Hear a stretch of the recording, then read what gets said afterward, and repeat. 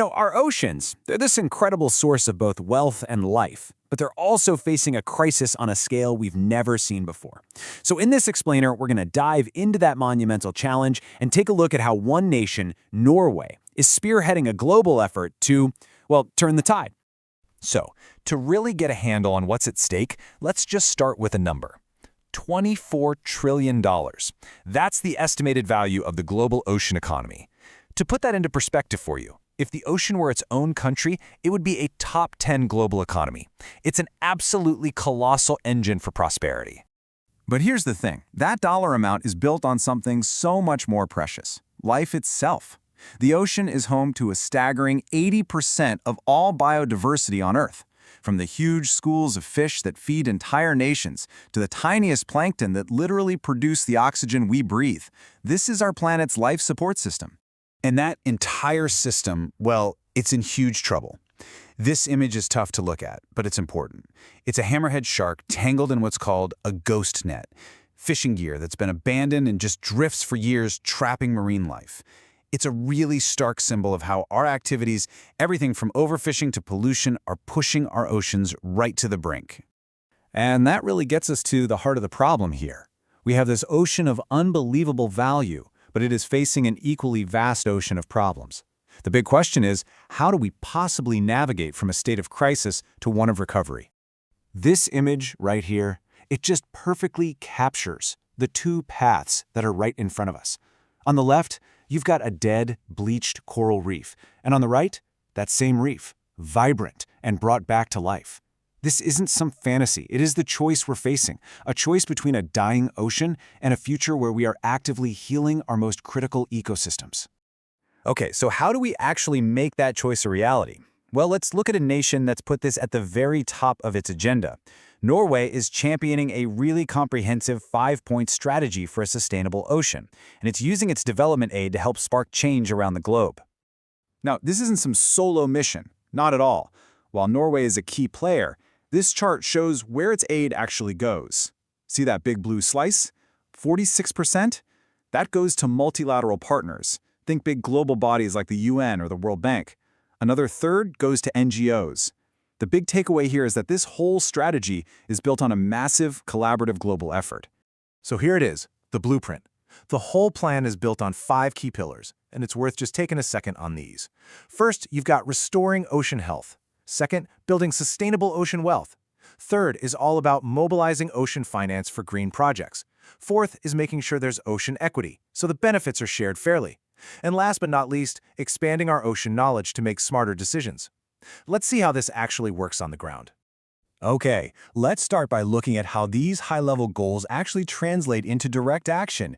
We're talking projects that empower local communities and protect the very ecosystems they need to survive. And this is what it looks like in the real world. In Sri Lanka, this isn't just a picture of someone working. It's a picture of food security. Programs supported by Norway are helping to rebuild those coastal fish stocks through better management. This directly supports local livelihoods. That's part of that ocean equity pillar we just talked about. And it ensures that communities can keep thriving for generations.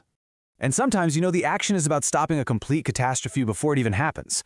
The FSO Safer, it was a ticking time bomb, a rusting tanker off the coast of Yemen holding 4 times the oil spilled by the Exxon Valdez. The UN led this incredible international effort, raising money and coordinating a super complex salvage operation. And by August 2023, they did it. The oil was safely offloaded, preventing a disaster that would have just devastated the entire Red Sea. Protection isn't just about big rescues. It's also about getting way, way smarter. Here in Costa Rica's Cocos Marine Conservation Area, you see technicians installing advanced monitoring systems. And get this, the results are just wow.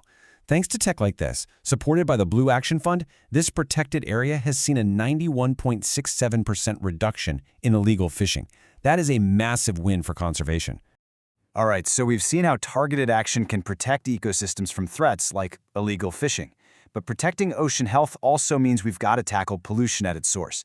And one of the biggest sources comes from an industry that literally lives on the water: global shipping. Think about this for a second. Global shipping is responsible for about 3% of all human-caused CO2 emissions. That's actually more than most individual countries pump out. If we're going to meet our climate goals, this whole industry has to transform, and it has to do it fast.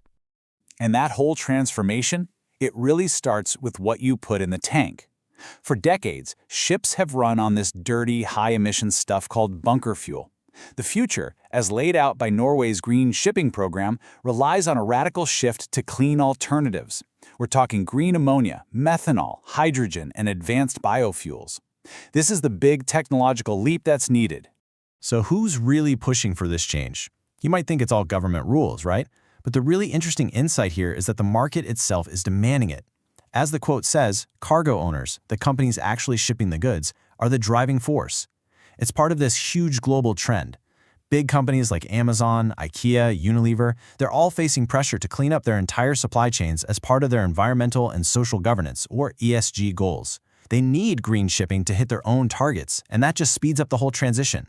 And hey, this isn't just some far-off theory. Check out this incredible example. Asko, a Norwegian grocery company, has launched what it calls a sea drone. It's a fully autonomous, all-electric ferry. It just moves truck trailers across the Oslo Fjord, completely replacing 1 million kilometers of truck transport every single year. This is the future of logistics, and it's happening right now. Okay, so with all this action, all this innovation, is any of it actually working? Are we making a difference? Let's look at some of the real, tangible results that show these efforts are already making waves. This chart, this is such a fantastic success story from Ecuador. A huge problem in fishing is something called bycatch. That's when animals you don't mean to catch, like sea turtles or dolphins, get caught in the nets. The Illuminar El Mar project tested a really simple idea. What if we put LED lights on the fishing nets? And just look at these results. A 58% drop in sea turtle bycatch, 45% for sharks, and a massive 73% for cetaceans like dolphins and whales. It's a simple, low-cost solution with a massive, massive impact.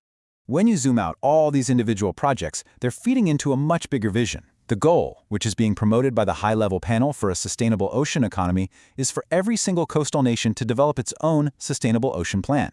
And this isn't just about conservation. It's a whole framework to protect the ocean's health while at the same time creating sustainable jobs and attracting green investment.